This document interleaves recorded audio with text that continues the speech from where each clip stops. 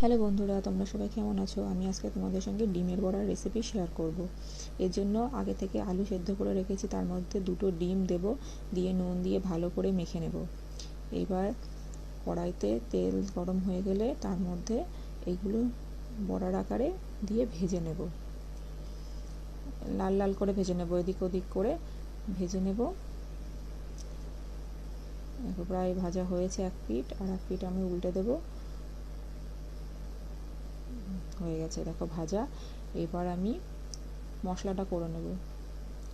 দেখো কি কি দিলাম, এগুলো ভালো করে মিক্সিতে পেস্ট করে নিয়েছি। এবার তেলে ফোড়ন দেব, জিরে, গোটা গরম মশলা, তেজপাতা, টমেটো দিয়ে ভালো করে নাড়াচাড়া করে মশলাটা দিয়ে দেব।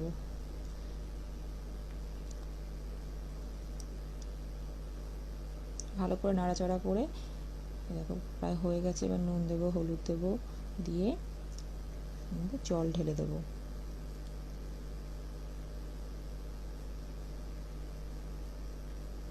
একঘেয়েমি ডিম খেতে খেতে অনেকেরই ভালো লাগে না, এইভাবে করে দেখবে, ভালো লাগবে খেতে। এটা আমার মা প্রায় করতো, এটা খেয়ে আমি স্কুলে যেতাম। দেখো হয়ে এসছে। এবার এর মধ্যে গরম মশলা দিয়ে নামিয়ে দেবো। গরম গরম রেডি ডিমের বড়া।